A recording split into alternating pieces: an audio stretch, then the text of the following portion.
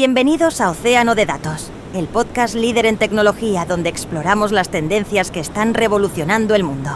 Episodio 13. Entre la evolución y el rumor.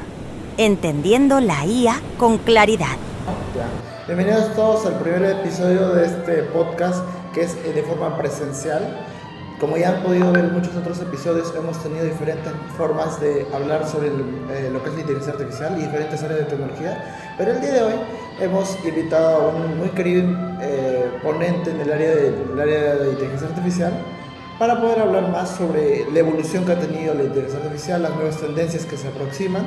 Y bueno, con ustedes el día de hoy está Carlos Alarcón con nosotros. Muchas gracias, Marco, muchas gracias por la invitación. Que van a estar por acá y en Lima, presencial. Sí, hemos aprovechado también que has estado aquí el día de hoy para poder hablar más contigo sobre lo nuevo que se viene de la inteligencia artificial. Y también aquí tengo a mi costado también a mi querido amigo Miguel, para que también podamos hacerlo más ameno en la conversación y podamos también tener diferentes perspectivas también. Muchas gracias, Marco, por la invitación. Muchas gracias, Carlos, por venir a este coffee y bueno, a hacer el podcast. Sí, muchas gracias al café que nos ha brindado el apoyo. Como no lo está sponsoreando, no vamos a decir nombre. No es broma, pero ya de ahí, en la descripción del podcast quizás ahí salga el lugar si es que alguien se interesa.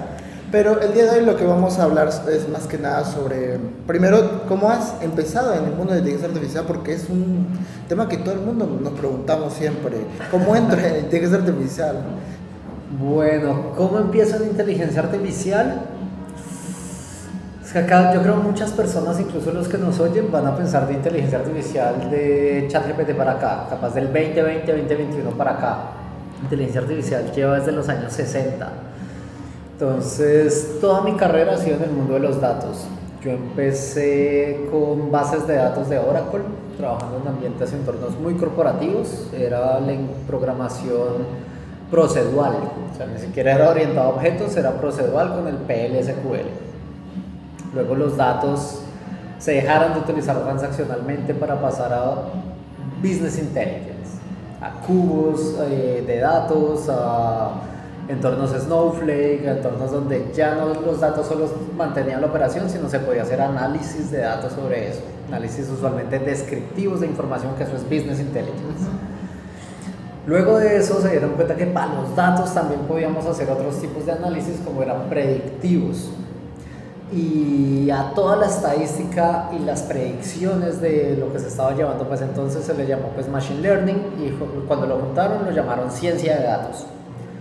Entonces empecé a estudiar ciencia de datos y ya no solo era el componente de manejo de datos que lo llevaba pues trabajando desde hace muchos años, sino el componente de ahora cómo le metemos estadística real y herramientas algebraicas para poder hacer predicciones de los datos.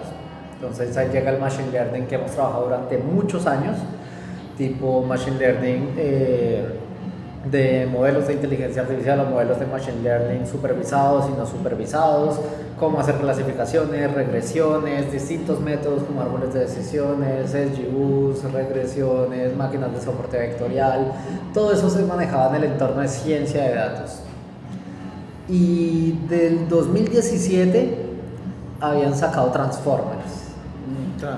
Y esos Transformers los empezó a adoptar el equipo de Google. Vimos BERT, Beto, otras distribuciones, Elmo para el manejo de embeddings, y ahí se empezó a transformar la inteligencia artificial.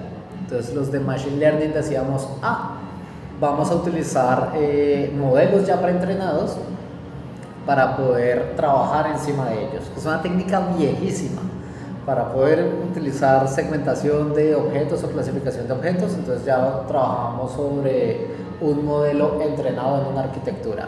Entonces eso de coger un modelo base para poderlo utilizar venía de hace mucho.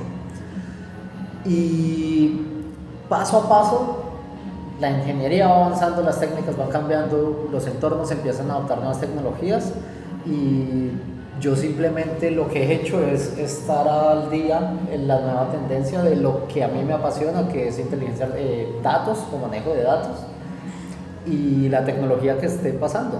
En ese tiempo estuvo muy de moda Business Intelligence, lo aprendí. Ahora estuvo muy de moda Ciencia de Datos, lo aprendí. Ahora está muy de moda IA generativa, lo aprendí. Mañana va a estar de moda cualquier otra tecnología y si me atrae, pues la voy a aprender también. Claro, Una de las preguntas que mayormente nos hacemos, bueno, los que te seguimos, porque yo me acuerdo que hasta vi una publicación tuya en LinkedIn, es el cómo podemos estar al día en las últimas tendencias y a la vez no descuidar también el estudio base de lo nuevo. Sí, total. Ahí la cosa es, no van a estar nunca al día. Y la gente pues me pregunta cómo haces, no sé qué, y muchas veces digo, divulgo lo que es de divulgar, investigo lo que es de investigar, llevo a YouTube lo que es de YouTube y llevo a mi trabajo lo que es del trabajo. No puedo hacer todo el tiempo. O sea, hay cosas que solo es, este modelo pinta muy interesante, pero no lo voy a utilizar en mi startup, no lo voy a utilizar en mis proyectos. Pero pinta interesante para de pronto una publicación de divulgación, porque a otras personas sí les puede parecer interesante. Si hay un proyecto, un modelo, una tendencia muy importante que puedo empezar a aplicar, a construir, a sacarle provecho, pues dedico más horas de mi día a estudiarla, a ver cómo se trabaja, y ya que la estudié y sé implementarla, usualmente lo llevo a un video de YouTube o algo, porque pues ya lo aprendí. Voy a facilitar el conocimiento de todo el mundo para que lo aprenda más fácil, como que no pasen por todos los tests que yo hago para poder sacar un video. Entonces creo que el secreto es justo eso, entender que nunca van a poder manejar toda la innovación y poderla llevarla al 100. Olvídense, eso no va a pasar. Seleccionen las batallas que quieren ganar. Claro, porque hay, sí es todo un tema, porque a veces las personas incluso invierten más tiempo en algo que al fin y al cabo tal vez no les va a funcionar o no lo van a aplicar al 100% de su negocio. Claro, hay cosas que debes entender que funcionan de curiosidad, y la curiosidad llega hasta unas horas del día. Ya si quieres hacer más, vuélvelo un proyecto, vuélvelo una estructura donde puedas estudiarlo más y compartirlo. Si no, pues que quede en curiosidad. Claro. O sea, digamos ahorita cuando estamos grabando esto salió del equipo de Flux, sacó este modelo que se llama Contents, no me acuerdo cómo se llama. Ya sí. Lo vi, bien interesante, funciona muy bien para respetar todos los patrones de edición de las imágenes, es un nuevo Photoshop, pero se va para divulgación, no lo voy a utilizar para más. Gran modelo, algunas personas sacarán cosas mucho más completas, pero pues hasta ahí lo dejo yo. Mientras que sale otra tecnología súper interesante por ahí que sí pueda testear y probar. Entonces es saber cómo distribuir el tiempo y entender que no todas las batallas se van a ganar. Claro. Eso es cierto. Bueno, yo tenía una consulta, tenía una duda. Quería saber desde tu perspectiva, ¿cuál ha sido el reto más grande que has tenido como cofundador y CTO de una startup tecnológica? Yo creo que el reto más grande es justo competir en un mercado que está asustado por la inteligencia artificial y que está sobresaturado con la inteligencia artificial. Entonces, claro, llegas tú con una solución que funciona, que las empresas quieren, pero te es difícil levantar capital porque todo el mundo está utilizando IA para un montón de cosas, entonces ya es como un commodity más.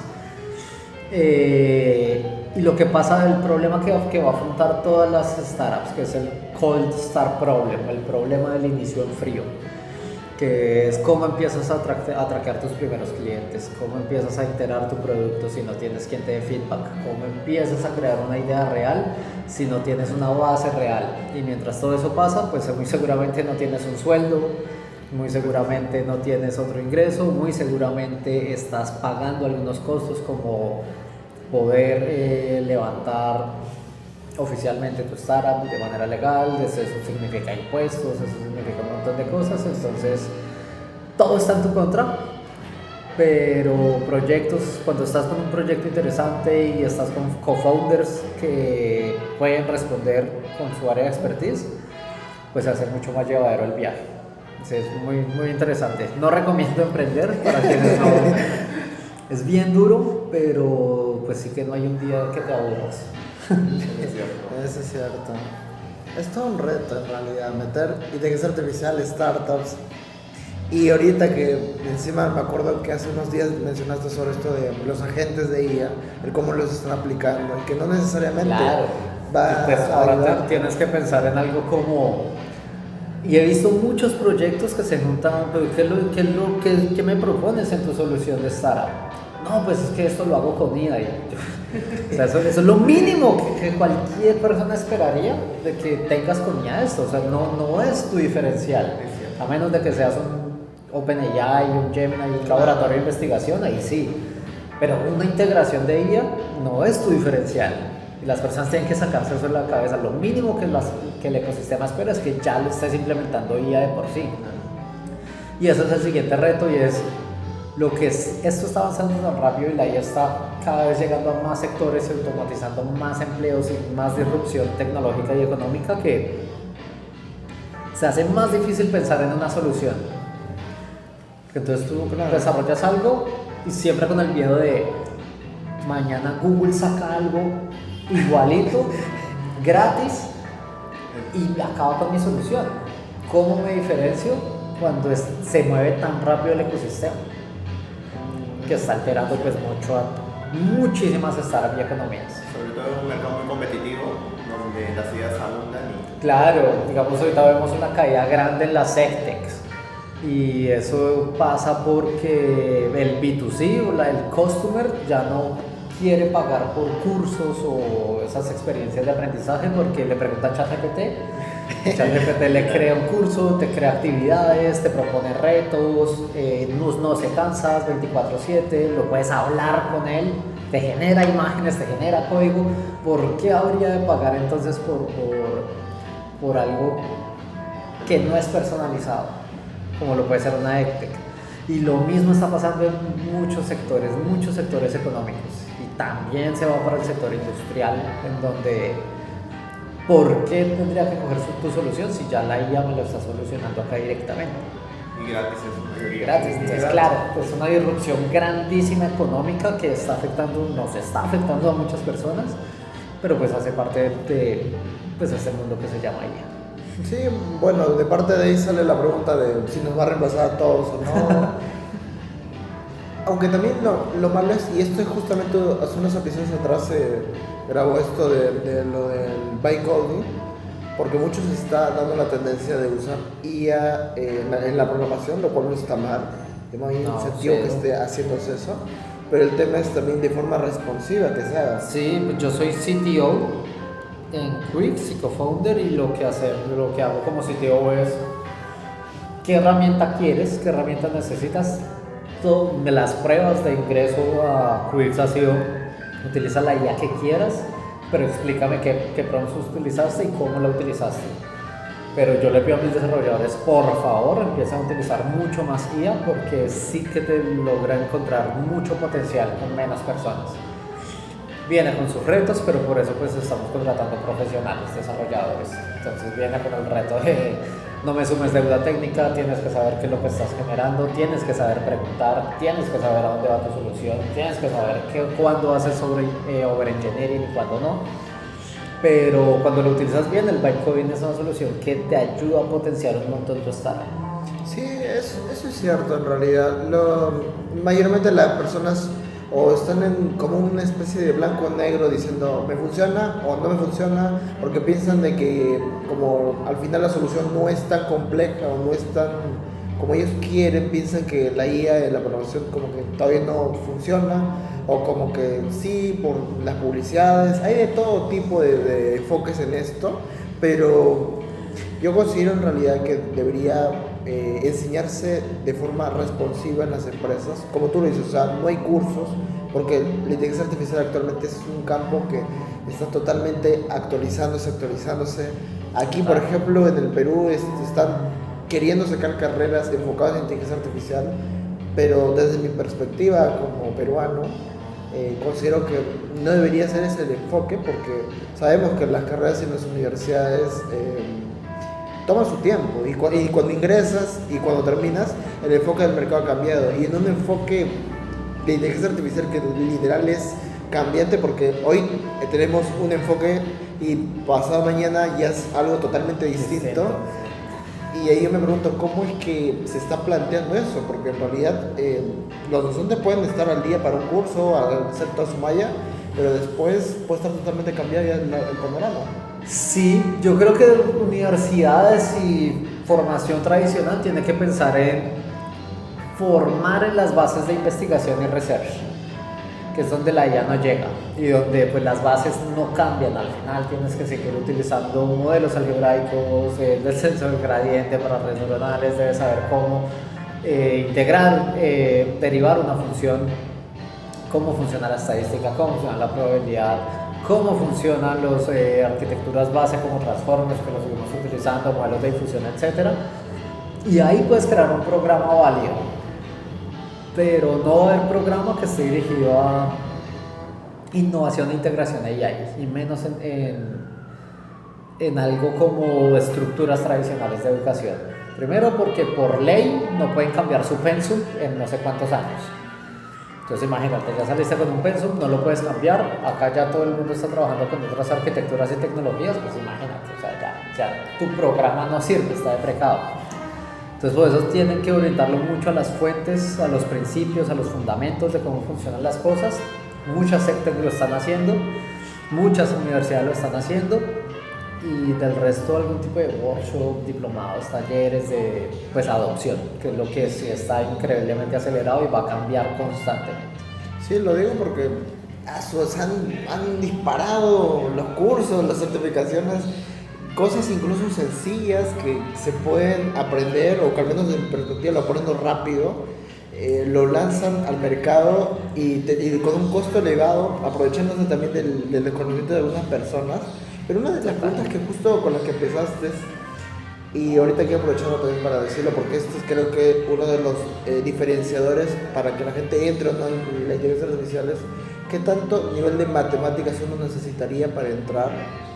Porque a veces está ese miedo, a pesar de que hay gente en ingeniería, tengo que haber estudiado bastante matemáticas para entrar, porque a veces mi perspectiva que doy es un sí y un no, porque si bien es cierto en el colegio lo que nos enseñan es hacer la fórmula, todo el proceso y que al final te salga bien el resultado, pero en el caso de la parte de la programación, nosotros más que nada tenemos que ver, tenemos que saber la fórmula, pero el resultado puede salirnos, ahí ya no es un puede salir bien o mal, porque es una máquina que simplemente te va a botar un resultado. Por eso está esa duda que a veces nos hacemos. Sí, y la cosa es esa, como que la inteligencia artificial es tan grande y los puntos de implementación de ella son tan amplios que hay roles o tareas que no necesitan un entendimiento matemático.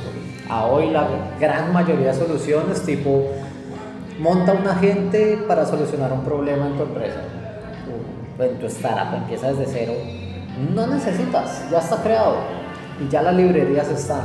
Necesitas tu tarjeta de crédito para conectar una API y pare de contar.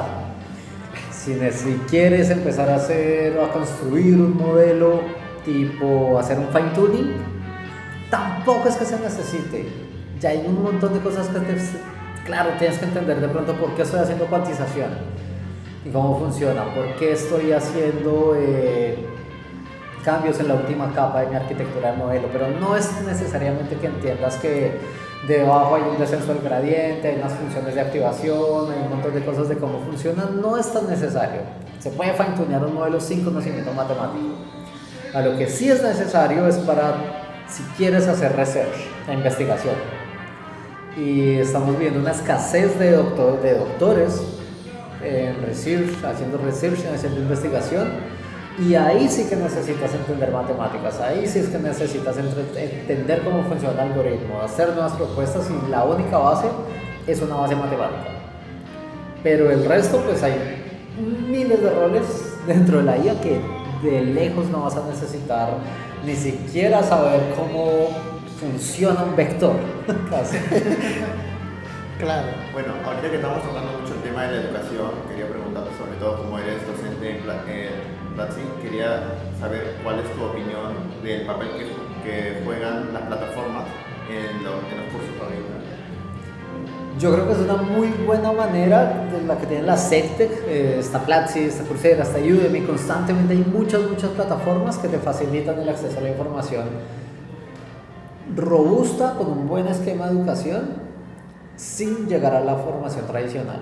Tú lo tienes desde tu casa, con ritmos acelerados de inteligencia artificial, de los nuevos temas que van saliendo. Es una muy buena propuesta. Hay personas que se les facilita mucho estudiar así, hay personas a las que no, pero creo que es necesario. Creo que es necesario este tipo de plataformas Y lo que decía ahora es ver cómo se van a transformar con la llegada de la IA. Porque en nada voy a poder pedirle a un Gemini, oye, diseñame un curso de 1 hora para aprender esto y dámelo en lecciones de tanto y con audios e imágenes y videos. ¿Cómo se va a transformar entonces la educación, las experiencias educativas en la SecTech? Que esa es la pregunta, como que la inteligencia artificial llegó a cambiar un montón la educación. Y si ahorita sí que están funcionando, pues hay que ver en qué se van a convertir estas plataformas. Lo ideal es que sigan ahí, son necesarias para la sociedad, pero cabe alguna posibilidad de que no sigan ahí, o al menos no como las conocemos. La gran mayoría va a empezar a migrar al B2B, a vender a empresas en vez de vender a personas. Y es justo lo que estamos viendo ahora. Claro. Y ahí va a haber un hueco al final, pues, entonces, si va a ser así. Además, mira, algo justo. No, y además de este hueco es como que cada vez hay más contenido de valor gratuito. Lo que hacen ustedes de las comunidades, distintos workshops, mi canal de YouTube, por ejemplo, que si no se han suscrito, suscríbanse al canal de YouTube. Cada vez como que hay tantas herramientas y tan fácil acceso a la información que puedes encontrar contenido de mucho valor sin estar dentro de una EdTech, sin estar dentro de una universidad, sin estar dentro de un diplomado, sin estar dentro de un workshop, sin estar dentro de un montón de sistemas que han funcionado y nos han servido, y gracias a eso estamos acá donde llegamos, de experiencias educativas. Pero pues la educación es algo que sí que se va a ver muy afectado y sí va a tener que transformarse con todo el impacto. Claro, Entonces se podría decir que de acá a un futuro las EdTechs podrían reemplazar el modelo de educación que tenemos actualmente acá en Latinoamérica. O sea, las universidades, institutos, o solo vendrían a hacer estos como... Yo creo que universidades e institutos van a seguir, tienen demasiado poder. Las personas creen que solo son un espacio donde la gente va a educarse, pero no es así. Reciben un montón de fondos, muchos tienen sus programas de aceleración, de venture capital, muchos ayudan a diferentes ecosistemas a surgir. Entonces hay universidades que no solo dan clase y van a seguir siendo esenciales como centros de acopio de innovación de personas que quieren salir adelante. Creo que las universidades van a estar ahí, pero creo que lo que pasa dentro del salón de clases va a cambiar. Kai Fu Lee decía que, y esto es hace muchos años, antes de los Transformers, antes de ya generativa, Kai Fu Lee decía: el trabajo del profesor es un trabajo repetitivo. Y suena raro, pero es que a la final sí. A la final tú de docente, semestre tras semestre, mes tras mes, año tras año, estás enseñando a nuevas personas lo mismo que le habías enseñado. Claro, hay un componente de actualización, un montón de cosas, pero sí que el trabajo es repetitivo. Entonces yo creo que en el futuro, y ya estamos viendo muy lejano, la inteligencia artificial va a tener que encargarse del centro, del core de la educación. Es la mejor enseñando a multiplicar a niños. Deja que cada niño le pregunte hasta ahí a cómo se multiplica, y cuando ya esté claro, el trabajo del docente va a ser guiar esos conocimientos a que aporten a la sociedad. Entonces también el rol del docente va a transformarse dentro de las aulas de clase, dentro de las universidades. Entonces van a seguir ahí, pero definitivamente va a ser un esquema totalmente distinto al que vemos ahora. Es curioso la vida como está yéndose por el uso de la inteligencia artificial. Por ejemplo, cuando mencionaste la parte de la educación, me acordé de Gemini Live, que ahora literal puedes usar tu cámara y puedes decirle cómo puedes mejorar esta parte. Sí, el proyecto Astra se hizo con base a eso. Los de OpenAI sacaron un GPT-4 Omni, que es el proyecto omnimodal justo para eso. Cada vez hay menos tiempos de inferencia y un montón de cosas increíbles que están pasando en el ecosistema. Y justo las personas, pasa mucho con la inteligencia artificial, que las personas sobreestiman lo que está pasando, pero subestiman lo que puede pasar en unos años. Las personas tienen pánico de lo que la IA está haciendo ahora y subestiman de lo que va a ser en 10 años o en 5 años. Entonces todo eso que está pasando ahorita, claro, el modelo Gemini está increíble, mañana no va a ser el modelo Gemini, sino va a ser el modelo que adoptó una universidad para ser profesores, el modelo que adoptó una startup para cambiar el paradigma de la educación, el modelo que adoptó una industria como IBM, y ahora otros dispositivos vienen totalmente distintos, porque no sabemos lo que va a pasar a 10 años con un ritmo tan acelerado. Sí, mira, justo si hablamos de inicios de este año, muchos siempre me venían diciendo sobre esto de los nuevos modelos, sobre cómo se está implementando el código, Sí. porque te puede facilitar, pero siempre la gente decía, sí, pero es que la parte gráfica, la parte de diseño no va a poder reemplazar, y luego vino ChatGPT con sus modelos de generación de imágenes, y ahora que salió ahora esta herramienta de Google que es Stitch, sí. que ahora Stitch te puede crear casi como el Figma, hasta Se pueden incluso ver en tiene- YouTube. claro. En mi canal. Claro, suscríbanse. Sí, claro, te genera el Figma, te genera un montón de cosas y claro, todavía está como medio torpe, todavía como que Claro. sientes que... Pero es un gran punto de partida para que diseñadores no puedan empezar desde cero, o no diseñadores, y puedan tener algo de sus interfaces y mandar un MVP. Y eso es ahorita. Y de nuevo, ahorita dicen como, sí, pero no está tan bueno. Claro, dale un año. O sea, si eso es ahorita, piensa que mañana los modelos van a seguir creciendo, las arquitecturas van a seguir cambiando, la adopción va a masificarse. En un año te pregunto otra vez. Y si en un año no lograste resolver tu problema porque un año atrás no está tan bueno, pues ahora te dejaste colgar, ya está mejor. Y el siguiente año más. Creo que esto de subestimarlo va también de la mano porque es que desde un inicio, creo que desde 2024 aprox, es cuando la gente sacó este hate de la IA nos va a reemplazar, y hasta bien empresas que se están colgando de eso porque decían, sí, que ya ahora vamos a sacar una IA que pueda reemplazar a un ingeniero de software, y como no cumplió sus expectativas como los usuarios querían, ahora ya le están subestimando pensando de que todo lo que prometen no necesariamente se cumple, y ahora piensan de que esta parte no va a funcionar, cuando es solo esperar, así como un niño, esperar nomás a que avance, y solito va a dar cosas mucho más increíbles de las que podemos esperar en su momento. Sí, no, tal cual. Acá es interesante. A ver, esto va a cambiar un montón de roles, va a cambiar un montón de cosas, y así como yo les había mencionado que cuando salió Business Intelligence lo aprendí, cuando salió Data Science lo aprendí, es lo que todo el mundo debería empezar a hacer. Ya está pasando, va a seguir pasando, las empresas tienen que vivirlo. Por otro lado, hay extremos ya muy fuertes como lo que está pasando en California de políticas AI First, en donde antes de contratar a una persona piensa si lo puede hacer una IA, y cambiar o empezar a despedir parte de tus programadores, de personas que están aportando a grandes empresas como lo fue GitHub, como lo es Spotify. Adopta estas políticas y ya son un extremo de tampoco es hacerlo así. Quiere ser, no saques a tu planta, enséñales a trabajar mejor con lo que son humanos, creativos, tienen pensamiento cognitivo de alto nivel, hay un montón de cosas que se puede aprovechar, y pues ahí es donde entran programas de AI Responsible AI. ¿Cómo garantizamos que esta transición se dé? ¿Cómo garantizamos que las personas puedan adoptar la IA y potenciarse como empleados y como humanos? Sí, hay trabajos que van a acabar, hay personas que van a echar. Claro que sí, toda disrupción trae eso. Pero pues desde ya también tenemos que empezar a pensar en el framework de cómo debería funcionar una transición real y humana. Claro. Que pues se vuelve complejo.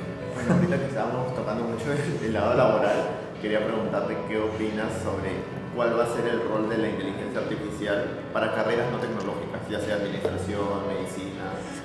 Ya, yo creo que la inteligencia artificial se va a utilizar para todo, incluso sin que nos demos cuenta. Es que ya desde hace años veníamos así, porque cuando llegas a la casa y pones Netflix, te recomienda una serie porque hay debajo un modelo de inteligencia artificial. Ahorita que nos vayamos a nuestras casas, si cogemos Uber o cogemos cualquier otra aplicación, nos da la ruta óptima y por debajo inteligencia artificial.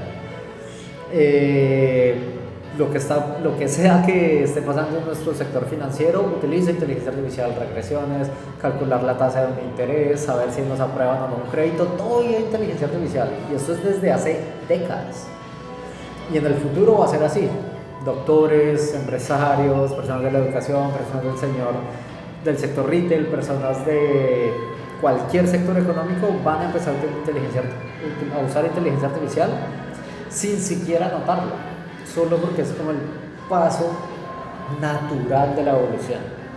Entonces no vas a tener que ser experto en inteligencia artificial porque seguramente se va a construir un montón de herramientas que ya utilizan IA, como las que les mencioné, para facilitar la cosa, pero va a llegar a cada sector y va a permear en cada sector. Claro, hoy vamos a pedir un montón de diseñadores que tienen que saber manejar herramientas de IA que le optimicen su trabajo. Desarrolladores que sepan manejar frameworks de bytecoding. Vamos a trabajar con gerentes que puedan armar reportes y un montón de estrategias con inteligencia artificial y deep research.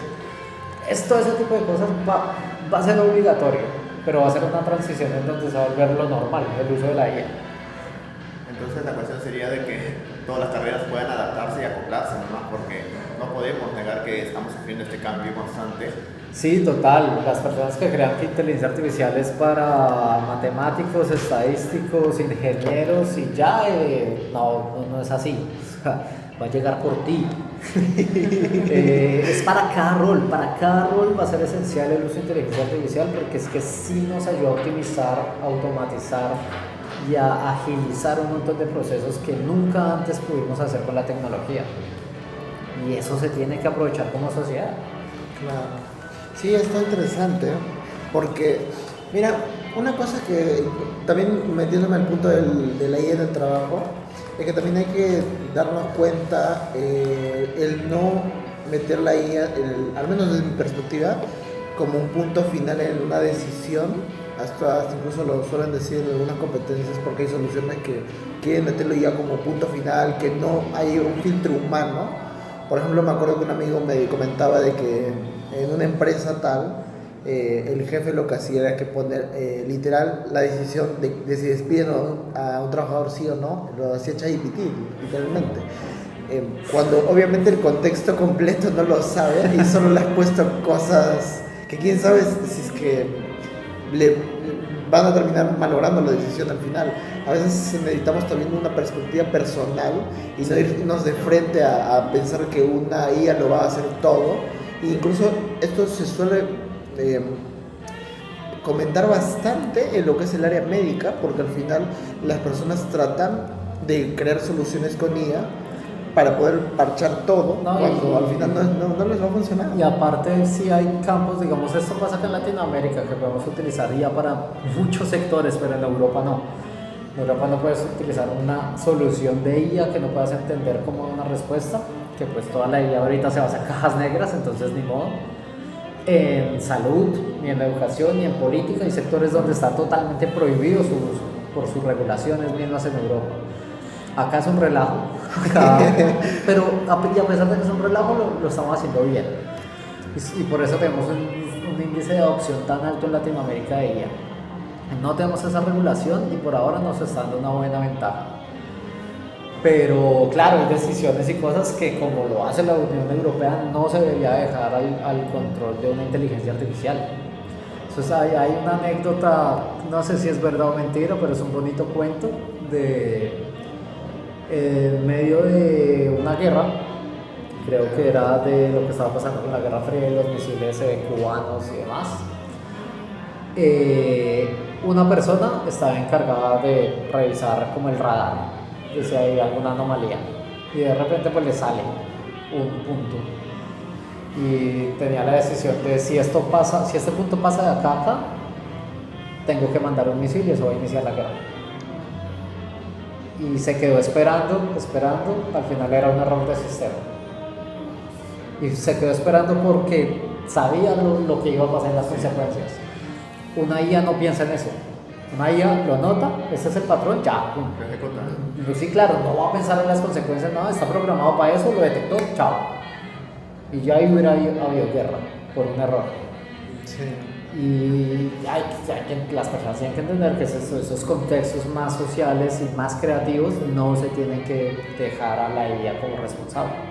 Como otras tareas sí, pero pues esas específicamente pues no debería pasar.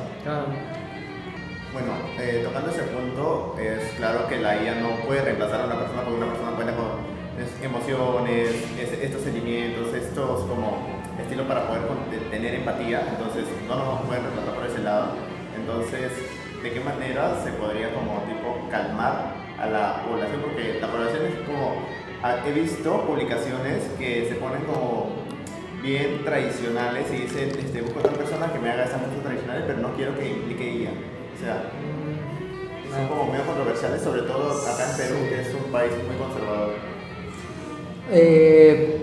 A la final eso va a permear en cualquier economía conservadora, no, en cualquier sociedad, que no es algo que ni siquiera puedas controlar.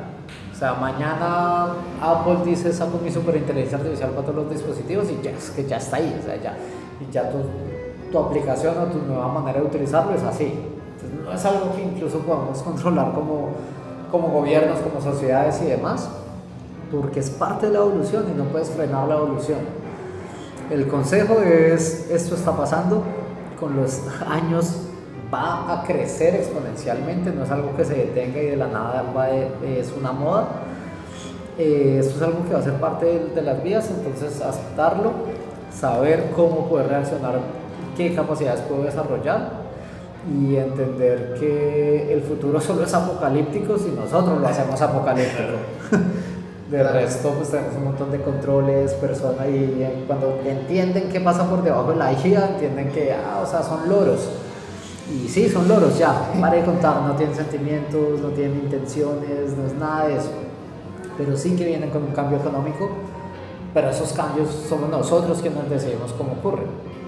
Y es sumarse.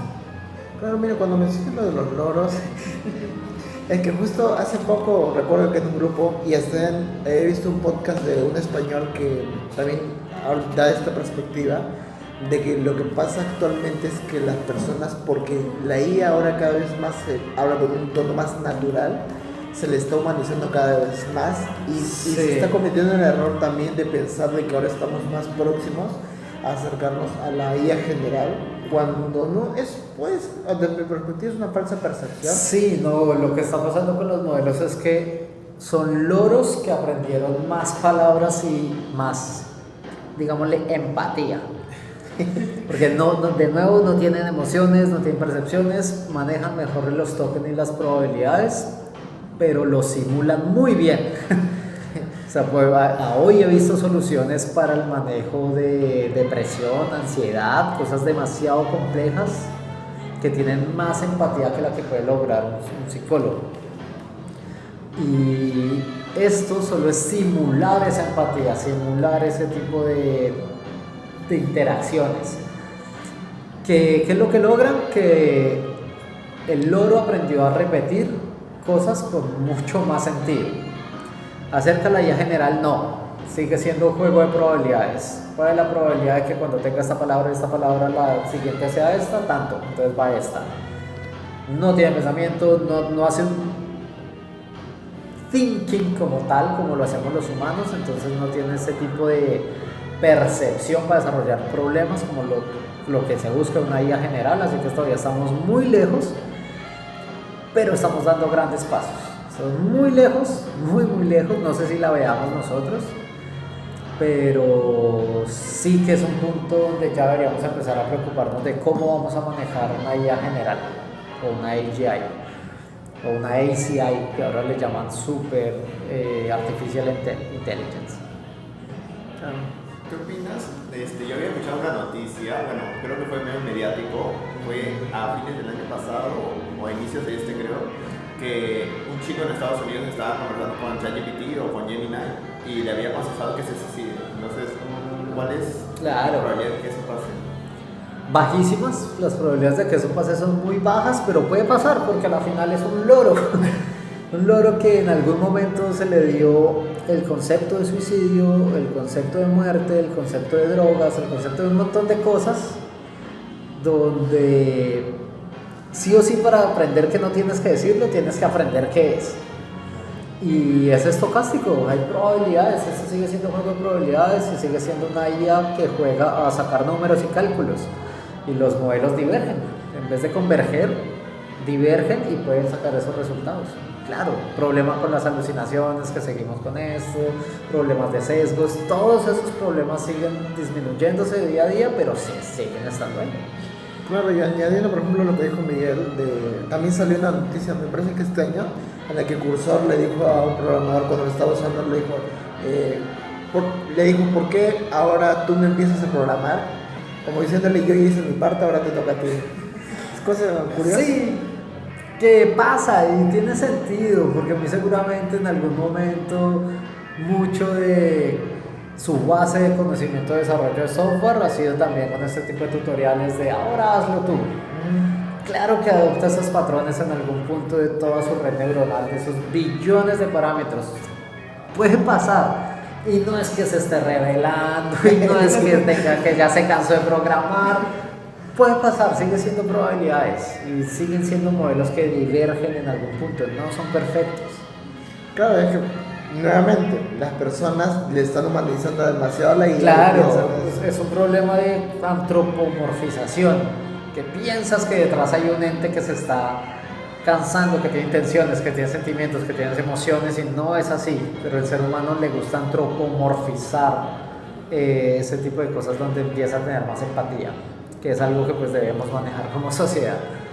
Ok, y bueno, ya que ya el café ya está por acabarse, y ya llegando a la parte final del podcast, ¿qué consejo le darías a las personas tanto de código como no código para avanzar más en temas de inteligencia artificial, debido a que van a salir nuevas tendencias? A lo mejor cuando alguien escuche este podcast después de un año, ya todo lo que tenemos hasta ahorita ya se va actualizado. Pues yo creo que funciona mucho que si no tienen el tiempo de hacer un montón de research, de estar ahí encima de la innovación y demás, se suscriban a algún newsletter, se suscriban a, no sé, digamos, yo tengo un canal de WhatsApp donde publico lo más importante que me parece del día a día para pues las personas. Y hay muchas cosas que no publico, porque digo como que está así bien interesante, pero a nadie le interesa mucho este paper. Yo busco que sea lo que más personas puedan aplicar. Y hay muchas personas que lo hacen, entonces pueden sumarse a estos tipos de canales, Instagram, WhatsApp, a newsletter, estar actualizados con lo que está pasando. Suscríbanse a mi canal de YouTube, ahí sí son noticias más técnicas y como tutoriales y demás. Y pues así mismo, como yo lo hago para desarrollo, hay muchas personas que lo están haciendo para diseño, para manejo de finanzas, para manejo de cualquier otra cosa. Entonces los recursos están ahí, y si no están ahí, pues empieza a aprenderlos tú y lo compartes.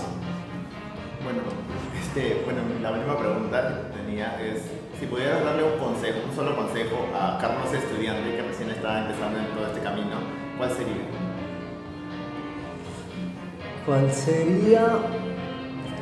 Yo creo que sería aprender a soltar.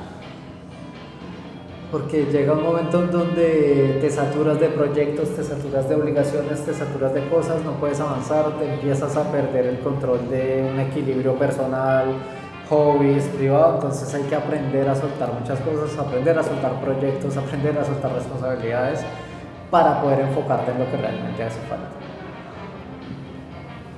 Bueno, el café ya se ha acabado, así como este podcast. Muchas gracias en verdad por estar en este primer episodio de esta nueva edición de Grabar en Presencial. Ya nos estaremos viendo en una próxima oportunidad. Y muchas gracias, Carlos, por haber estado en esta primera edición. Muchas gracias. Ya, nos vemos.